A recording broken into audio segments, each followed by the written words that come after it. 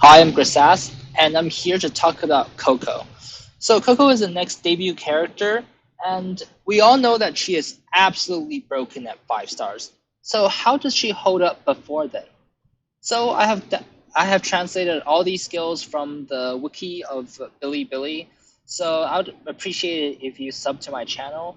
I also looked through a lot of video guides in Chinese, and I've found some interesting things. So I'd like to share them with you.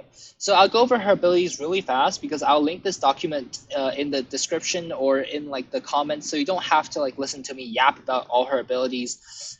We'll just get right into the good part, all her unique skills and what I think is important on her. So breakfast happiness is her trait. She has block, and then at the start of the round, give breakfast, which is a 15% heal, and dispel one debuff to one ally with the lowest HP within 2 tiles. This includes herself, so if she has the lowest HP, she will get this. And then when breakfast or bento, which is a 30% HP heal, and then dispels 2 debuffs, which is basically double of breakfast. And whenever these effects trigger, the target has a 30% chance of getting happiness, which is for all skills, use 1 less energy and reduce CD by 1. The effect is removed once an action is taken. Once an action is taken is very important. I'll talk about it later. 2 stars is increase HP by 10%, everything else the same. 3 stars is give breakfast to 2 allies with the lowest HP within 2 tiles. 4 stars is increase HP by 20%, and 5 stars, which is the biggest one, makes it so the target guarantees gets happiness if they get like a bento or breakfast effect. So 5 stars is obviously broken because this is helps a lot of characters with energy or CD problems. But what about her abilities? Because obviously her abilities is what makes her really good, even without this guaranteed happiness. So default ability, this is basically a kick, but it's knocked back by 3 tiles, and it does like a little bit of debuffs, which is nice. Mountain Tribe, like 1 extra movement when unharmed. Crushing Bash, vulnerable 2, 3 turns. Potluck Protector, rank 3 skills are the important ones. You should test Thalia this and get both. So Potluck Protector is when blocking, reduce damage by 15% when not dying. So when she's not below 30% health, she will swap with an ally to take damage for them for both physical and magical single target attacks within 2 tiles. Yeah, so that is really good. This is basically just Mytha on crack. She like protects all her allies within 2 tiles, and she's also smart with it. She doesn't kill herself with this ability because she'll stop doing it once she's below 30% HP. Okay, next ability, Coco Treasure Chest. This is the alternate ability. This is also really good because you get to choose 1 out of 4 abilities, unlike Casual Search on Barrel, which is a random one. First skill, Springy Bandage. 1 CD, no energy, 5 uses per battle, and it's an 8 square tile around Coco. Instant skill, heal the target by 25% of Coco's HP. This is pretty nice. And we see the heal is based on Coco's HP, so she wants to have lots of HP. 1 CD means if Coco has happiness, she can instantly heal this. She can use this skill, and then she can use the ability again because the CD will be gone. So she can use something else from the treasure chest. Ancient Potion, 2 CD, 1 energy, 3 uses per battle, 0 to 3 range. Single target healing, 45% of Coco's HP, and regen 1 energy for a target. This is really nice. 1 energy and 45% Coco HP. Very big heal. And yeah. Snow Lotus, 2 CD, 1 energy, 3 uses per battle, 8 square tiles around Coco, including herself. Support Dispel all debuffs, which is really good. And give damage 3, huge damage boost, damage reduction 3, huge damage reduction boost, and immune to attribute debuff for 3 turns. Okay, this is a big buff, but the only caveat is this is a single target buff, so you probably, like some characters have like massive AoE buffs, this is a single target one. And finally, Hallucinogenic Mushroom, 2 CD, 1 energy, 3 uses per battle, 0 to 3 range. Curve shot, piercing damage, single target attack, 30% of target's HP. Inflict sleep, this is huge. And 2 stacks of infection, very good ability. And then obviously, ignore this, take Stay Strong. When hit by single target attack, heal self and lowest HP ally within 2 tiles by 12% of her HP. Can trigger twice a turn.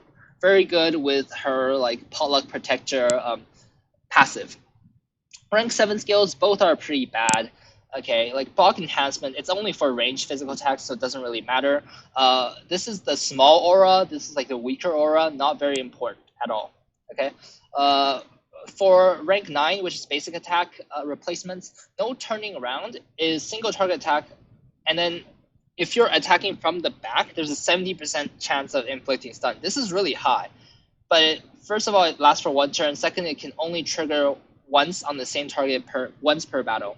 And also, a lot of enemies in tower, which is like the elite enemies or bosses, are immune to stun. So this is mostly useful in PvP.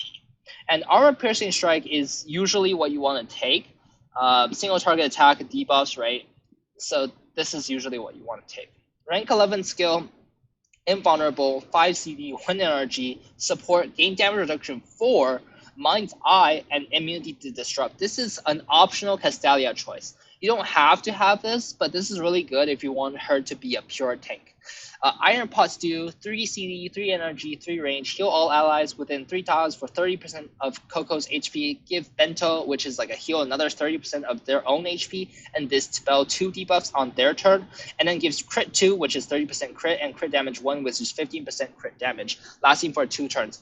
Very good heal. This is like a 60% minimum heal, and it could be more because she's always going to be the highest HP, basically highest HP character on field.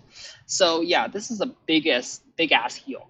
So Coco directly power creeps Mytha. This is the point, right? Coco before even 5 stars just power creeps Mytha by a lot. Look at Mytha's ability, come on everybody. She returns 20% HP and grants attack 1 and physical defense 1 to all allies within a 3-tile radius, and then she takes physical attacks from the enemies for allies in a 2-tile radius for 2 turns. Okay, so Coco's Iron Pots do is basically the same concept, but it heals way more. This is like a 60% base. This is a 20% heal, right? And it gives crit buffs, so it's different buffs. And then Coco also has the passive to take all attacks from allies within 2 tiles, not just physical ones, magical ones too, until she's below 30% HP, which means she's smart about it. She won't just like jump in front of you and just die because she didn't have enough HP, right? And then there's no other, obviously there's no trigger limit, which is really good. And she has a reaction that heals herself and a teammate. So, and then like, just, what is it? Insult to injury, Coco's knockback is 3 tiles instead of 2. So Coco does everything Mytha does, but just better. She's like a direct power creep of Mytha.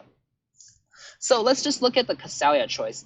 So rank 3, obviously, and also rank 11 is optional. Skill choice, if both are met, go for the extra HP. I have already written down in the skills which gives extra HP, so just take that. Build, basically you want Brutal Axe, which is HP percent. You don't really need the passive. And then Hollow Axe is for extra stat padding for her. And then Crystal Burst Armor, it's still for HP. It doesn't really matter if you not like do the strike back. And also, or Powder, because she's a heal tank and she will hate it if she gets anti-heal on her. And then engravings, there's a few choices: Pinnacle Cup or Wound Pinnacle for tanking. So this is like magic reduction or physical damage reduction. She has less magic defense, so technically you might want that, but for a full physical stage, you can use Wand Pinnacle. You can also use Cup for healing, like increase, and then healing received increase, or you can use Cup Wand below 5 stars to reset her CD on her ultimate. So that's another thing you can do. Her turrets, you can either do Hermit or High Priestess. So Hermit, obviously, tank. High Priestess, more healing. There's a new turret that increases match HP, but that's Series 2, so only obtainable through Barrow's Team event. Nobody really has it.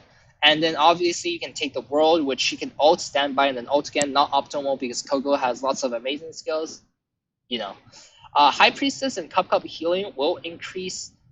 Cup's healing increase will affect Iron Pots do, Treasure Chest, and Reaction healing. But Breakfast and Bento will not be affected by both these increases. And then Cup's increased healing received for Coco herself will affect every single these healing for herself. Okay.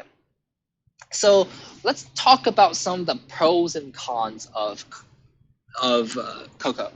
Personally, I think Coco is very good even before she's 5 stars, but here are some of the problems that CN really sees with her. So obviously, there's no guaranteed happiness before 5 stars, and also even with her happiness targeting, when you're max HP, it's based on the positioning. So I will show you what's the positioning, but later, and then so basically, if you want to alt, so like do Iron Potluck's do with her happiness, you might have to wait until the third turn to actually use it, because otherwise you'll have a 3 CD and 3 energy cost instead of a 2 CD 2 energy cost because you have happiness, right? And then also happiness triggers on the first action of anything. So if you use an item, for example, armband will trigger happiness and get reduced by 1 CD, but your actual skill that you might want for happiness will not be reduced. So that's something you have to look out for when you have happiness. Also, happiness gets used up with basic text and stuff, so just use it, right? And then there's one caveat, which is like if you're in TOA or any stage, if you can just quit and reroll happiness if you don't get it the first time around, obviously. So some advantages of Coco: she's a very high speed healer and expands healing options at different speeds. All the healers that we've seen so far are slow. Like they usually go after everyone, and then I'll talk about her healing later. So this is a fast healer. Okay, so second, you can control where her breakfast and bento buffs go to um, when everyone's at full HP. I'll show you later. So this is like the exact opposite from that. Like this is a pro or a con kinda, because you have to be careful of positioning, but if you know the positioning, you'll always get the buffs on the person you want. Third, her dispel and heal is before the start of turn. This is a back-loaded heal and dispel. So usually heal and dispel happens when the the support character goes, right? When Inanna goes, when Samantha goes, when Angel goes, that's when the dispel happens. Coco's dispel happens right before the character's turn, which means she counters CC and she counters Simona, right? Because this is PvP, right? Because Simona has her freeze. If she freeze on someone who has bento or breakfast, they will just cleanse the freeze before their turn and still get to go, right? So she counters CC after the healer cleanses. So this is actually a really good thing. A backloaded heal is like comparatively to other healers is actually a really good thing. And then she also can stack both breakfast and bento on a character. So even before 5 stars, if you stack both of them, there is a 51% of getting happiness instead of a 30% chance of getting happiness. Okay. So heal is based off HP, unlike most healers, which is based off magic attack. So she can be very tanky when dishing out massive heals. So she can fulfill basically the role of a healer and a tank. So, for example, you might be taking Maitha and Samantha. Now you just have to take Coco. You save the slot for a DPS or a support, basically. And also, she has very good skills. For example, treasure chest, you can choose from 4 skills. So, hey, she basically has 7. Well, 6 if you choose treasure chest, right? And then she can have Lilywell's aura, which is extra movement, or Magnus's aura, which is ignore injured stat drops and takes 10% less damage when healthy. Okay, there is aura synergies with minus CD for abilities over 4 with happiness, okay? So I think Leonide and also Akambe, who's coming out, have what is it called? Aura that reduces CD by 1 for abilities that have 4 CD or more. So if an ability has 5 or more CD, it gets reduced by 2. If it has a 4 CD, it only gets reduced by 1, so it can only be affected by happiness or Akambe's aura. Okay. And Flag of Convalara tactic isn't affected, so it's outside the scope. So this doesn't really matter. Units with a higher speed than Coco that has 4 CD skills, such as Simona, Alt, and Ice Armor, or units that's slower than Koko that also can take a com-based aura, which is -1 CD on 4 CD or higher skills. And then if you combo it with Flag of Convallaria, you can cast these skills every single round with happiness. That's really cool. I mean, I don't know how many times you actually use this, but you can. So, the more you know, right? And then let's talk about double breakfast when full HP.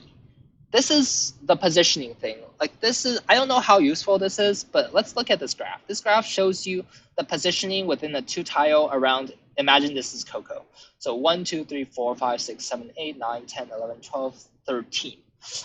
For example, if there's someone standing right here, if there's 5 people around Koko, including Koko herself, one person is standing on 1, another person is standing on 4, and then another person is standing on 8, right? And then Koko herself and someone else.